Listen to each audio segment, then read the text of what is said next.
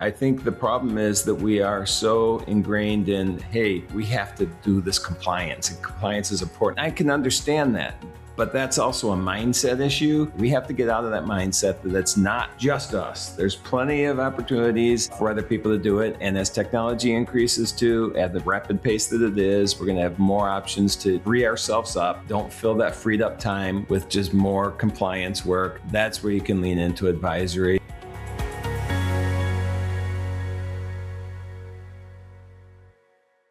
Welcome to another episode of the Modern CPA Success Show. This is a special theme that we're going through, which is people you should know in accounting. And we've done a few of these, but we're really excited to have Randy Crabtree with us today, and I'll introduce him in just a moment. I'm Tom Waddleton. I'm a virtual CFO with Anders. I'm one of your co-hosts. Adam Hale is my other co-host. Adam, welcome to today's program. Hey, Tom. Randy, welcome. And by way of introduction, I heard a story about your decision to become a CPA and telling your wife about that. And I would love to kind of start there, but then maybe jump forward and say, so then here's a quick encapsulation of my career. Yeah, no, that's I love this story, actually. Thanks. So I graduated college as a computer science major, and I was out working for a year at a place that just did not do anything for me. There was no excitement. There was, I like to be excited. I like to, everything to be fun all the time. Well, maybe that's a little different, but I do like fun all the time. And it just wasn't working for me. And so I decided to make a change, and it wasn't to become a CPA. The first change was I decided to go into sales because that's where my friends were making big bucks. I was making 22 grand a year and they were making 30 grand a year. So this was like, that's where the big money was. Huge. So, but then I realized I'm not very good at sales. And, you know what it was? It was more so I just wasn't passionate about what I was selling, or which was food, and I love to eat. But it just wasn't something that really got me excited. And when I look back, I think that was really what caused this next phase of the story. And the next phase is what, Tom, you were just asking about.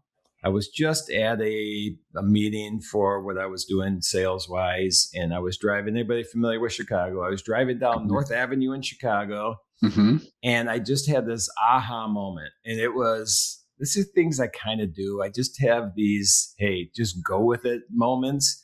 And I had this aha moment and pulled off to the side of the road. This was a long time ago. So there was a phone booth I had to go to. I just was so excited. I got to the phone booth, put my quarter in. I assumed it was a quarter at that point. Called my wife, who was at work. I said, I'm going to quit my job. I'm going to go back to school full time. I'm going to be a CPA. And I'm pretty sure in the next breath I said, or after a little discussion, and my plan is I'm going to start my own accounting firm after 4 years working for someone else. And I think this other end was pretty silent for most of that conversation, but I was so excited. It was pretty much, I think the response was, well, let's talk when we get home. And so that's what we did.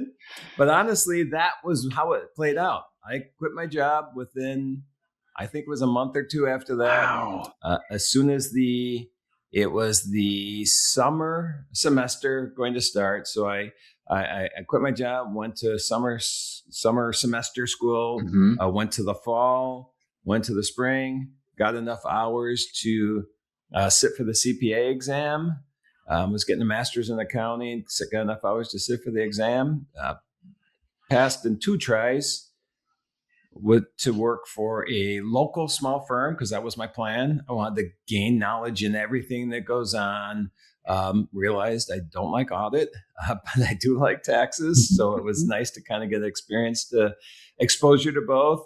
But then 3.5 years after that, I started my own firm. So that was my journey into public accounting. Wow. I love it. I was going to ask how the 4-year plan worked out. That's impressive.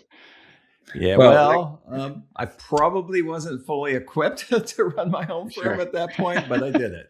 Okay. Oh, that story was kind of, you were leading me all kinds of different places. Whenever you're like, hey, I want to have fun. And he's like talking about going into to be a CPA. I'm just like, okay, where's this going? I mean, don't get me wrong. Like, I love my job, but that's not usually what everybody thinks of. And then your poor wife, I was just thinking, she's probably thinking to herself, like, God, my dad was right about him. Yes. I was thinking that and let's not have this conversation with North Avenue traffic in the background and you're kind of screaming into, hey, here's what I'm going to, she's like, are you saying CPA? I was just so excited. And really, when I look back, just to expand the story a little bit, we had just gotten married the previous October, and this was March or something like that. And for the first time in my life, I did our own, first time it was but tax return. Mm-hmm. And I was like, wow, this was fun. Just researching and studying and understanding tax law. And what could you do? And is there ways I can save money? And all these things. It just lit this light bulb inside my head that just sat there for the next, 5 or 6 months until, and it was probably not a fun meeting that morning. I'm guessing it was like, this isn't for me. And then that moment just made me think, this is what I'm supposed to be. This is where I'm supposed to go. This is the path I'm supposed to go down. And there's been zigs and zags along the way, but it's definitely been the path I was supposed to take. Look at you now, 5 years later, and still loving it. Yeah. Honestly, what are we now? We're probably 30. We're 37. Yeah, I think it was 37 years since that moment. Wow. That's crazy. That is great. I love listening to listen to your own intuition as you think of CPAs. That would probably not be your usual stereotype of them. Yeah, which is why why we wanted to have you on this podcast, is because we know that passion kind of resonates in everything that you do. And anywhere I've ever been, at any conference or anything, your name usually comes up. I usually see you kind of floating around. You seem to be kind of the guy in the know. And so we really wanted to have you on just so you could kind of, spread that wisdom to let everybody else kind of hear directly from you, kind of what you're seeing and what's going on in the industry. Yeah, well, I get to learn. I get to share everybody else's in the know information because I talk to everybody, and I get to learn so much just being out there. Like Adam, you said, conferences are such an amazing place to me, and because of the people and because of the knowledge shares that happens at that, not even in the classroom, but in the hallway, in the classroom, obviously too. I'm a big proponent of the education aspect of conferences, but out in the hall, at the parties, at the breakfast, lunch, dinner, whatever, you just learn so much and you hear such cool stories of people doing things. I'm a big proponent of, embracing change because, without change, without, trying something new, we're pretty much going to stay flat. And with technology, gaining such rapid integration. It's always been there, but the pace that it's being integrated right now, if we are not innovative, we are just going to get passed by. And so just hearing these stories out there is so much fun for me. Yeah. Related to that, I would love you to talk a little bit about changes that you think we're not embracing or we should. Yeah, I'm thinking more at the firm level of kind of where do you think firms there's an obvious place we should be going, but people seem to be resistant to doing that. Maybe we can start there. Well, there's one obvious one there to me, but there's a bunch of them. The obvious one is the billable hour. That's a change that is happening. It's happening at certain levels. I have a feeling that, smaller firms are probably embracing it faster than bigger firms. That's just, maybe I'm stereotyping, but that's what I'm seeing. Ron Baker's been out there forever promoting different ways to bill. And I bring his name up because I just saw him at a conference recently and his session was really good.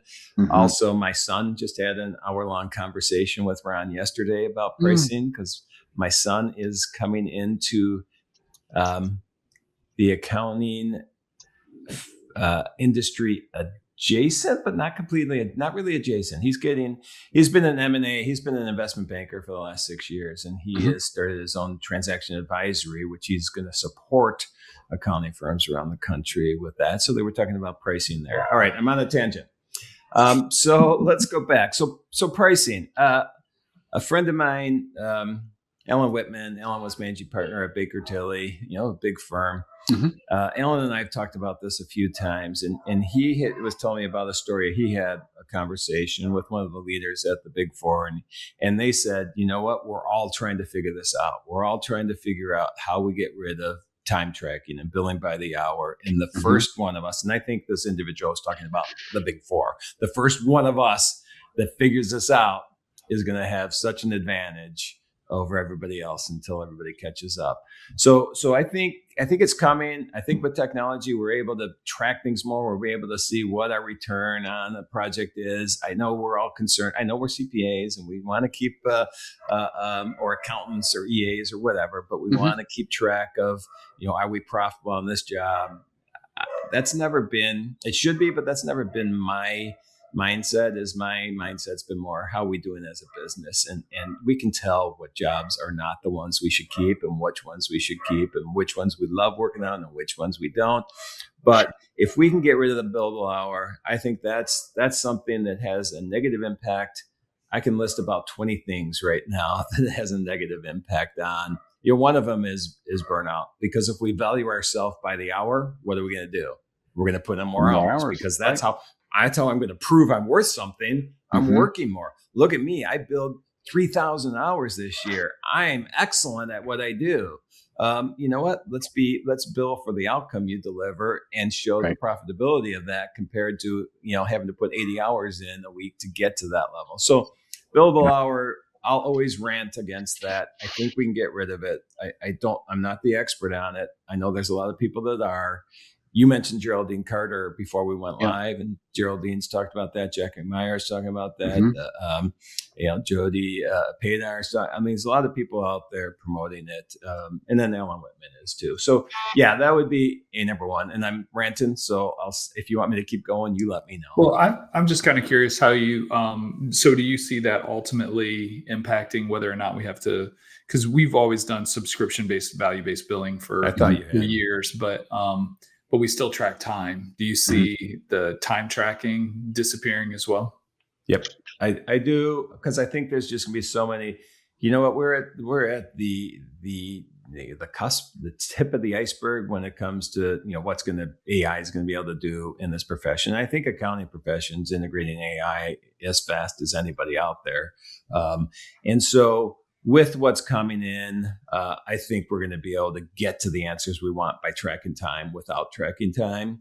Or maybe there's just new questions we need to ask, or there's new answers we're going to get. But if we get all that, I do a survey in the profession, and it's about satisfaction within the accounting industry, the accounting profession, and tracking time in general is a negative when it comes to satisfaction levels. So if we can get rid of every possible negative out there, my goal is to make this the most amazing profession that everybody from, and I'll exaggerate here, but from age 5 up, can't wait till they can be in the accounting profession. And if we can get rid of all the negative aspects, whether they're reality, because we have a lot of reality, but we also have a lot of negative perception. And so if we can work on both of those, perception, I think, is easier to change. Reality, we just need to keep working harder at. But if we can do that, yes, I think we can get rid of time tracking, and I think we're going to be a happier profession. I can see your point. When we had Ron on here, both you and Ron challenged us on that, and Ron especially, like, you don't need to do that. Yep. I like the accuracy of our job profit, and I think we have a culture that really helps that we don't go back and challenge people and say, hey, you don't appear to be putting in enough time. Yep. And I think if that were the case, then I could see people saying, either it's not going to be accurate. I really don't like that. They're like, you can do your job in 40 hours a week, and I'm going to pat someone else on the back because they're logging more time. We don't use it for that, and that's probably one of the really helpful reasons. But the accuracy really is nice to see. Yeah, that's spoken like an accountant. Sure. Okay, fair. I appreciate the challenge. Yeah. Well, and that's why I think that as it gets more. One, I think subscription-based billing lends itself better to getting rid of hourly-based work, because then whenever it comes to profitability and all those things that matter in terms of paying people, our internal costs, they're easier to measure based on a book of business as opposed to, hourly rates. And then the other thing is too, is as we get into more outcome-based results, not really transactional work, that also, I think, lends itself to being able to, again, more of consulting. If we're doing more consulting on a regular basis, on a subscription basis, that's going to be a lot easier than, trying to manage how fast you can do a bank rack and do all those kind of things that might otherwise need to be hourly, I guess. I don't know. Yeah. No, I can see that. And when I talk about getting rid of the hourly billing, I just know it's a problem. I don't have all the answers. The one thing I do get pushback from some people is in the auditing. They think it's harder, but I thought a lot of auditing was a fixed fee. And so that's what I mentioned, I don't like audits. I don't like doing audits. So maybe I don't understand. But that just seems like an area that is probably not as profitable as other areas anyways. I tell everybody, it's like, at the end of the day, everybody's got a budget. So whether you want to call it hourly and then write it down later, or you just want to fix fee it and deal with it, it's kind of all the same thing. So. Yes. Yeah, and to your point about people coming in the profession, one of my peers who we work with, daughter just went in and was working in tax and was given, here's your target during busy week. And it was really high and it was just minimum hours. But I can see a young person coming in and saying, what if I'm really efficient and good at my job? And what you're telling me is you care about 55 hours a week minimum, and every Friday and every Saturday, every Sunday. And that I'm like, wow, that would not sound good to a 22-year-old coming out of school. No. And we, at least me as an old guy, knows that that's the way it's been. So everybody that's my age is like, this is how we've done it. So this is how we always have to do it. And no, let's challenge that. Let's figure out a different way. What about, so I watched some of your videos, and one of the others that I heard you say you don't think we're embracing is advisory services. And I'm curious if you think that's true and what you think might be keeping firms from getting really heavy into doing more advisory kind of work. So I think everybody wants to. And I think you guys are. I think advisory obviously is important. I think the problem is that we are so ingrained in, hey, we have to do this compliance. And compliance is important, and we don't have enough staff to do the rest of it right now. And so compliance has always been our bread and butter. And so let's just stay on the compliance. And I can understand that, but that's also a mindset issue. It's like we have to do compliance because everybody needs it, and we're doing compliance. That's not going away. Sure. That'll always be there, but we have to help everybody. And there's so much compliance work out there. If we don't do it, who's going to do it? And that's a mindset that we have to be the solution for everybody. And I think that's an accounting mindset. Accountant mindset is this is it, because we have the answers. They have the need for us, and we can do this, and we have to. And so if we can just step back and say, okay, we can't help everybody. We have to get out of that mindset that it's not just us. There's plenty of opportunities for other people to do it. And as technology increases too, at the rapid pace that it is, we're going to have more options to free ourselves up. Don't fill that freed up time with just more compliance work. That's where you can lean into advisory.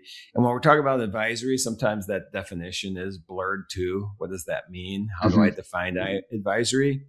And everybody, has their own definition, which is completely fine. Just stick to what your definition of it is. Then, for me, it's just basically, helping a client get to a desired outcome or an outcome they didn't even know was possible, that we have the ability to get them there. Again, we'll make outcomes instead of inputs. And so, define your own sense of advisory. For me, being a tax person, it's, hey, how do we minimize tax as much as we possibly can? But how do we get to a point where we know the answers before even sometimes the questions, or at least we know all the answers. We know where you're going to be. We have the whole game plan is set before December 31st. So March 15th and April 15th or October, whatever, they don't mean anything to me anymore because I already know everything. And if that's the case, that solves a lot of, I'm going on a tangent again, but that solves a lot of issues with the burnout and all that, because we don't have to cram everything into 2.5 or 3.5 months at the beginning of the year, because I know this. I've been advising this taxpayer all year long. We meet quarterly, we meet monthly. At a minimum, we met in October to get the game plan in place for the end of the year, but hopefully it's more often than that. When I do that, there's really no tax season that's defined by, by the government. The tax season is the way I want to define it. And I can give each person that I work with their own deadline. You're March 15th, you're April, you're May, you're June, you're July, you're August. And that I think helps us spread out the busyness of what goes on. And just to wrap this up, Tom, what you were saying, that person that had the hours, the minimum hours you had to put in during tax season, we can spread that out. So it's not this daunting task that, all right, I got to put 75 hours in, but now come June, I only have time. There's only 30 hours of work for me to do. Why don't I take that and move it to later in the year? And that was really that's how Jody and I started our firm, was we were just like, man, we did not want those hours. And how do we spread them out from being all compressed in those couple months to throughout the entire year? And then we just kind of stumbled upon,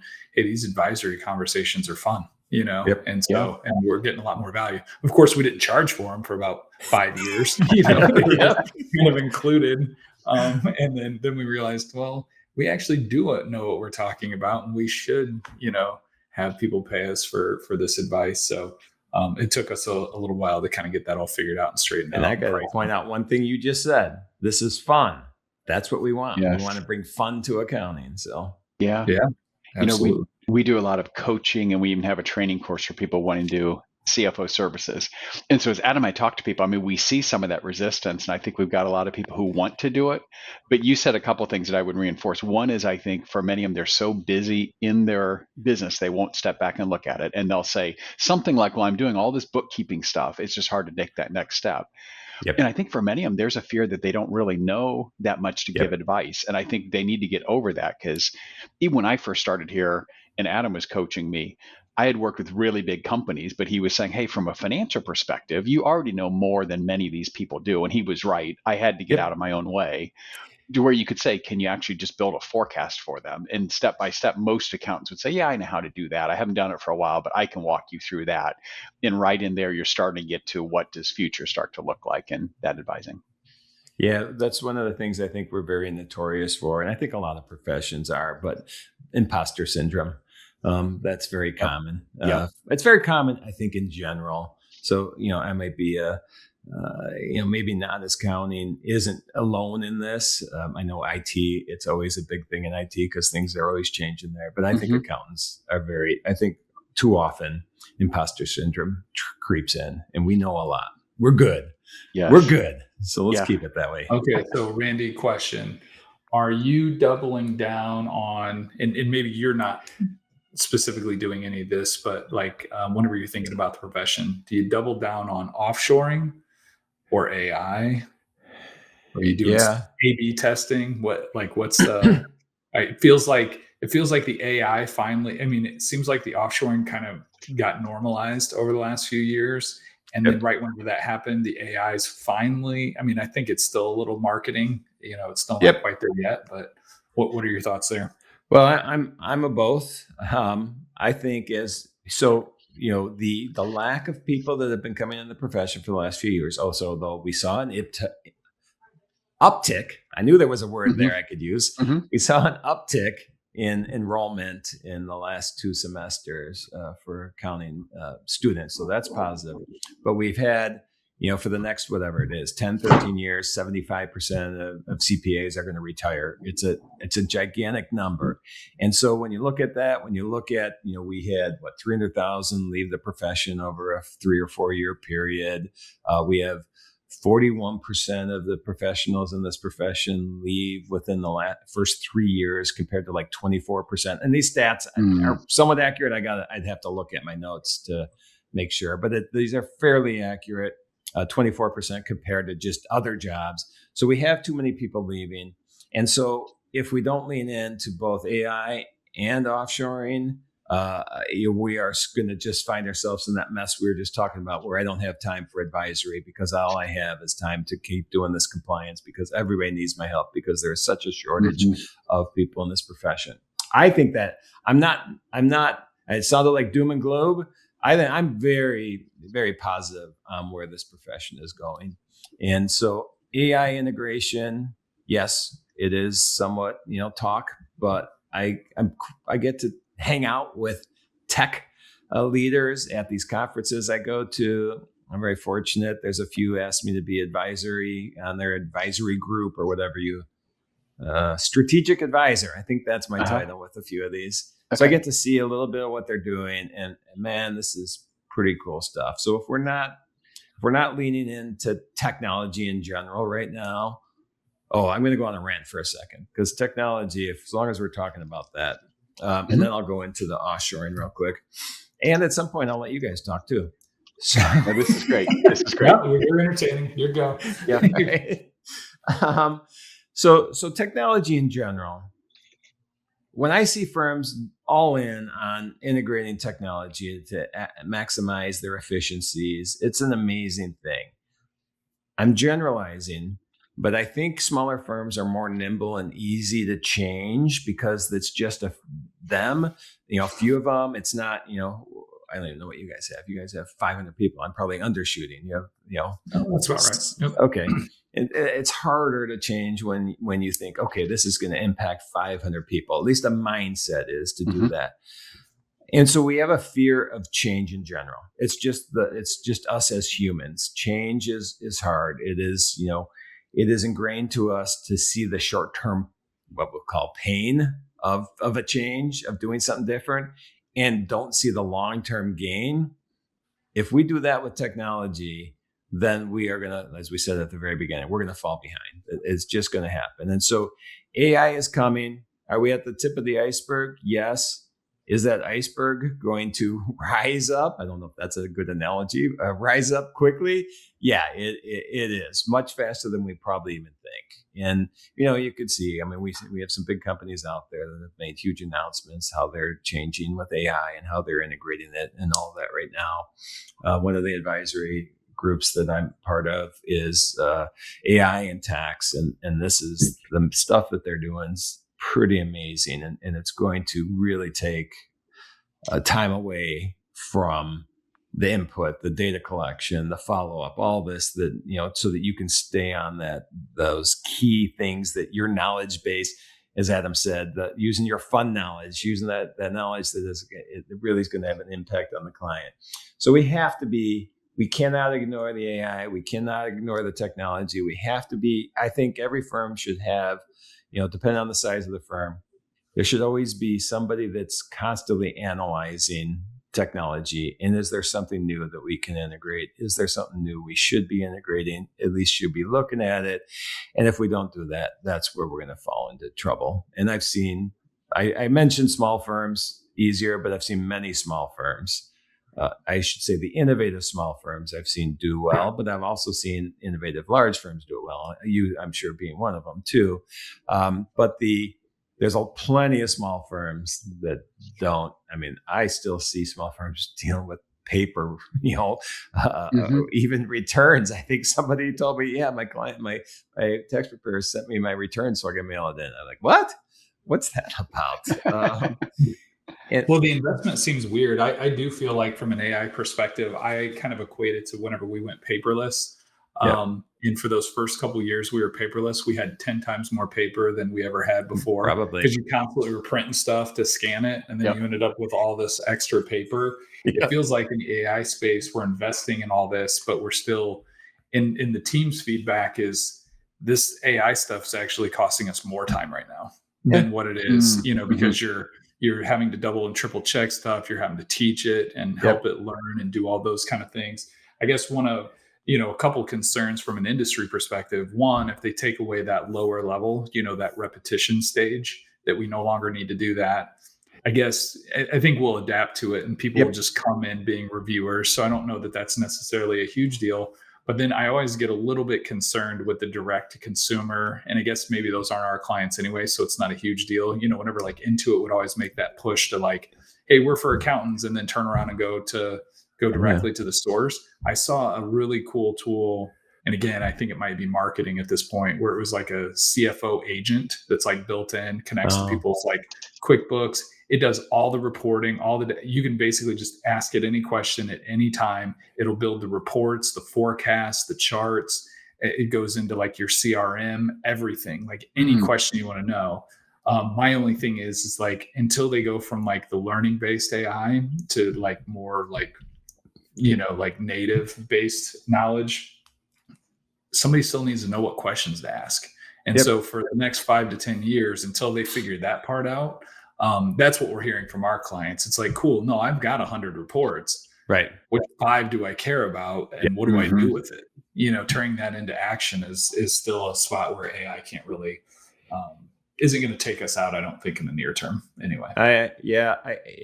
Only time will tell, but I'm thinking 5 years is a long horizon for what's going to happen right now. You said 5 to 10. That's just my impression. I think it's just, maybe it's my hope too, because if we can get more off of our plates, that's going to be better. But yeah, it'll be interesting to see.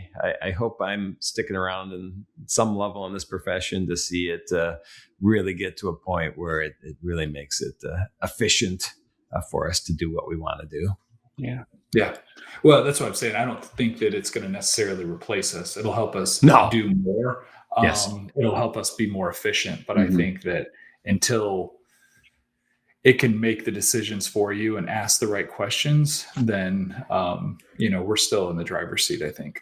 Yeah, it's not going to replace us. That's a good point, Adam, because people are afraid of that this, I think there are some professions where people can get replaced. I don't think accounting is one of them. I think it's too much, knowledge. Our skill sets are going to have to change. Communication, strategic thinking, all these things are going to be more important going forward. And even understanding technology, even though we don't have to be the ones integrating it, but understanding what it's doing.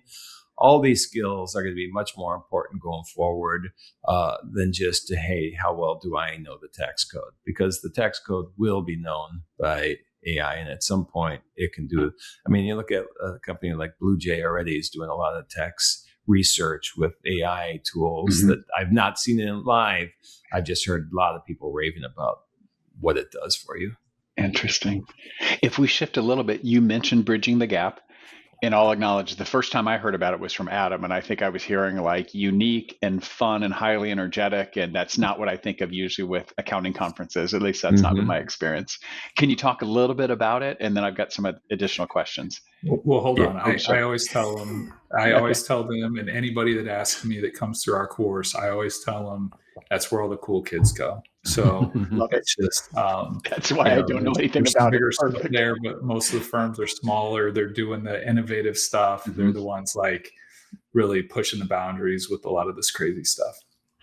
It's a bridging the gap is fun. You are correct. It is a little crazy is not the word. It's a community where everybody just becomes best friends immediately when you walk in the room. And I have no idea how that happens other than just the people that are there have a mindset of, hey, I want to be part of this. I want these others to, sounds like it's a cult, doesn't it? I don't mean that. A little. There is a blood pact. It is. And so July this 25 was our third year of the conference. It came out of my passion for mental health awareness in the profession and burnout avoidance and how we, everything we were just talking about, how we can be more efficient, how we can lean into the things that we love doing in this profession, find ways to, outsource, delegate, eliminate the things we don't like doing in this profession and build a role for ourselves that we just have fun with. We enjoy what we're doing because we're, like you both said at some point, we're delivering outcomes that are important to people rather than just, being a reporter of what happened. So all of those types of things is where it came out of. And it's been such a fun ride because the people, like I said earlier, we had 174 the first year, and it was me hand inviting everybody the first year because we're brand new. Nobody knew what this was. The second year we went up to 214 people, and I hand invited, but not as much as I did the first year. But there was certain, as Adam said, I guess one way to say is the cool kids. But accounting is cool, so we're all cool kids. But there was just certain people that I knew would help attract other people and were passionate about this profession and were, change agents. We're doing things different, like you guys. I know I keep saying you guys, but I'm very impressed with everything that you guys do as well.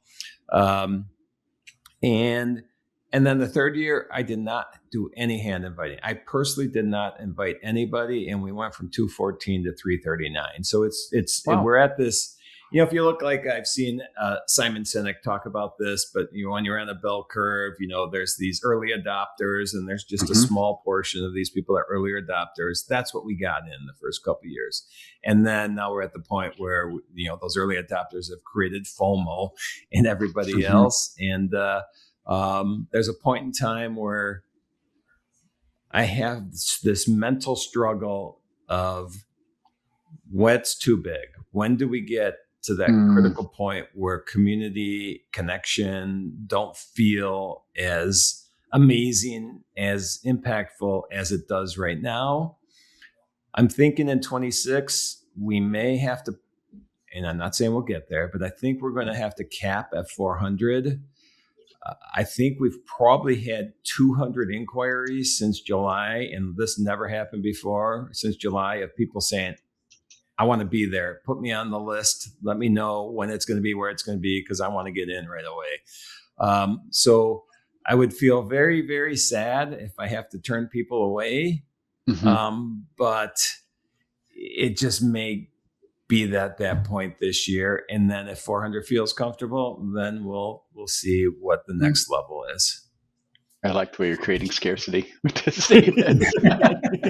I will say, looking at the agenda, though, as I see mental health and improv and vulnerability, those are all topics I'm like, that's cool, but that is not a usual agenda for, I don't even know if you call it an accounting conference. I guess it's accountant to attend, but really a different kind of approach. Yeah, I think our hashtag is something like not your normal conference or something like that. And so, yeah, it is. We do have some tax topics because selfishly, Tri-Merit is a tax company, and we should, since we foot the bill for this thing, we should talk a little bit of tax. But yeah, mental health awareness, practice management, tech and AI adoption. There was one more track last year. I can't remember what it was right now. And then practice management, I think I mentioned that. But yeah, it is. We have a wellness room that we have a yogi in the entire conference. And she starts at 7 a.m. and she pretty much goes to 5 p.m. every day. And I'm like, you got to take a break. I mean, I can get someone else in here. And she goes, oh, I love this. I just love it. So I'm like, oh, that's cool. Do it. But people can get away. They can do mindfulness. They can use yoga. They can do meditation. They can build birdhouses. They can do puzzles. They can write thank you notes. There's all these things that she coordinates in there for people to just have, being in a class every single moment of every day in a conference is tough. And sometimes, not everybody is, skill is being out mingling with people nonstop. They need a break. And this is just a room, a curated room where people can go take a break and re-energize. And it kind of is a microcosm of how I look at what we can do as this profession, taking breaks as well. I love that. That sounds great. I'm curious. Okay, now, different topic area. So where are you as far as your focus for giving back? And Adam, I'll be curious in your answer, the same thing, but sort of closing out when you think sort of, okay, not in my profession, but where is it I've chosen to kind of give back and support organizations? And is there a story behind that? Yeah, well, so one of the biggest things that I see is when I talk about earlier, the lack of people coming into this profession. So what I try to give back to is like getting people into this profession. I think the conference does it at some level because it shows this excitement. We have had a few college students there in the past just to see that accounting is fun and we have a good time. We want to probably embrace that a little more and try to keep adding a few more each year. In addition, I'm a board member of the Accounting Cornerstone Foundation. The Cornerstone Foundation gives scholarships to people to attend their very first accounting conference. Last year, we sent 16 people total, 4 each to 4 different conferences. Cool. And when you see the impact that has on people, it's just, it's this whole new world of, yes, I'm not alone in this profession. There's others that are struggling with what I'm struggling. There's others that find out how to get past these struggles. There's others that I can support. And just a cool story. One of our attendees from 2 years ago, I just saw, one of the requirements is you cannot have been to any accounting conferences before. So to get the scholarship, you have to be in the profession and you have not been able to attend an accounting conference before. So one of our conference attendees from 2 years ago, I just saw on LinkedIn yesterday, he's starting his own podcast. And just to see that growth from not having any connection really with anybody else in the profession to now feeling comfortable to start his podcast, where I wish I could remember what it was, but it was a really interesting topic that he was leaning into. And I think it was like a little bit like we talked about at the beginning, like your stories of getting into this profession and highlighting that. I think that's what it is. I like it. So that's another area. And then one last thing is that I am on the AICPA scholarship committee.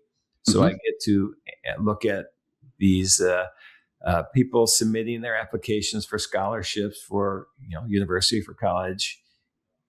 And it just inspires me every time I read them, because the way that people look at, I'm like, wow, I couldn't even like spell the words that they're using in these applications when I was their age. And they have this vision of this profession that they want to have an impact on. And that's one of the reasons I'm so, positive on where this profession's going, because I can see all these amazing people that are so excited to come in right now. And so those, I think if I'm looking at giving back, that's probably it. I'm giving back to try to get the excitement level, to get the perception in line with, I think, where reality is going. And this is the greatest profession in the world. And then one last note on that. I love what a friend of mine, Jennifer Wilson, says. I've been quoting her a lot lately, but she did this at our conference 2 years ago. She said, she was talking to the room of accountants. She said, "You are the guardians of the galaxy's economy." And when you look at what we do like that, I'm like, man, this is an awesome profession. That's great. That's cool. I wasn't necessarily focusing on giving back to accounting, but man, what a great answer for that. Adam, how about for you? Giving back sort of anywhere? Yeah, I don't feel like I want to follow that. It is hard. I can go if you'd rather be. I would say that we've got to get rid of that fifth year. I mean, I think that is still kind of an obstacle to, people just want to get out of school and get things focused. If there's a fifth year, it should be like a school-enabled internship or something, because what you learn about Coca-Cola while you're going through your 300 level accounting class is not what you do 99% of us in our day-to-day. So it's like, so they need to do something more practical, create more of a trade school kind of path. I mean, as far as giving back, like as far as like the industry goes, mine's on such a small level, but I just really look for people on our team that are interested and want to grow. And I've always explained to them that, they can have as much time of mine as they want. And so people that are really curious about becoming better consultants or doing those kind of things, I'm always making sure that I make space for them. I kind of follow them. I help them kind of just understand how to leverage their skills and abilities. And then that translates even into the course that we put together. It is cool being able to see these people that are going out on their own and trying to figure out how to start their own practice, and kind of, that imposter syndrome, helping them try to overcome that a little bit has been rewarding and fun. So from a professional standpoint, those are the two areas where, just kind of encouraging those that are taking the leap, and then trying to empower those that kind of work with our team on a smaller side. Can I jump in there a second, Tom? Because this is, I know we're probably getting up to time, but Adam, I would suggest reading this book, and maybe you have. It's called From Strength to Strength. Arthur C. Brooks, I think. It is so cool. It talks about how as we progress in our careers, there's certain areas where we're strong at certain points in our career. And sometimes we try to hold on to those too long. And often when we transition to the next phase, it is that mentorship. It is that sharing knowledge. It is that helping lift up others. And I think that's so important. In fact, I'm going to develop, I think, a keynote presentation on this, because I think it's so important that we don't just, hey, I'm this great technician with tax and I'm just going to stay here forever because that's where my best usage. And it probably isn't, because at some point in time, your best use is, I need to help that next generation, get to the point where they're going to feel comfortable and they can help the next. So I would highly recommend anybody out there reading this book, From Strength to Strength. That's great. Yeah, I wrote it down. I did as well. For mine, I chose a completely non-accounting one that I had the opportunity with all three of my children to go to Honduras and visit an orphanage, and became part of an organization where now they are dealing with a lot of sponsorship of orphans down in Honduras, and served as their treasurer for a while. But then since then, for about the past 6 or 7 years, I have said, I don't want to sit on your board anymore, but I will do all of your accounting and sending the money and dealing with your taxes for them. And It's turned into doing a lot of coaching of treasurers who come in saying, I don't think I can be treasurer. And so one after another, I'm like, let me help you. It's not that hard. And I kind of coach you up in doing that. But it's been a fun way to support them and the cause that they're working with. Yeah, now mine looks like nothing. No, it doesn't. It's fantastic. I know. Yeah, you're talking about orphans, and I'm talking about some kid that's on my payroll helping them figure out. Not at all. It was not a competition. Randy, this is great, and I'm thinking people probably want to hear more from you and about you. Am I right? The Unique CPA podcast is yours. If people want to tune in and say, I like hearing more about this guy. Yeah, this is the type of stuff we talk about. But yes, the Unique CPA is the podcast. We release an episode weekly.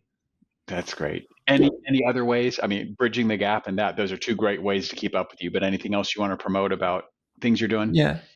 Yeah, it's obviously our company, Tri-Merit Specialty Tax, credits and incentives. We always out there. We support the industry, and that kind of stuff we were talking about, where we take this stuff off your plate, where you can bring opportunities to your clients and still be that one that's out advising. It's just that we are able to do the technical aspects of R&D tax credits or cost seg or whatever. So that's a big thing. Look on LinkedIn, and then btgconference.com is our website. So those are the places to see what I'm doing.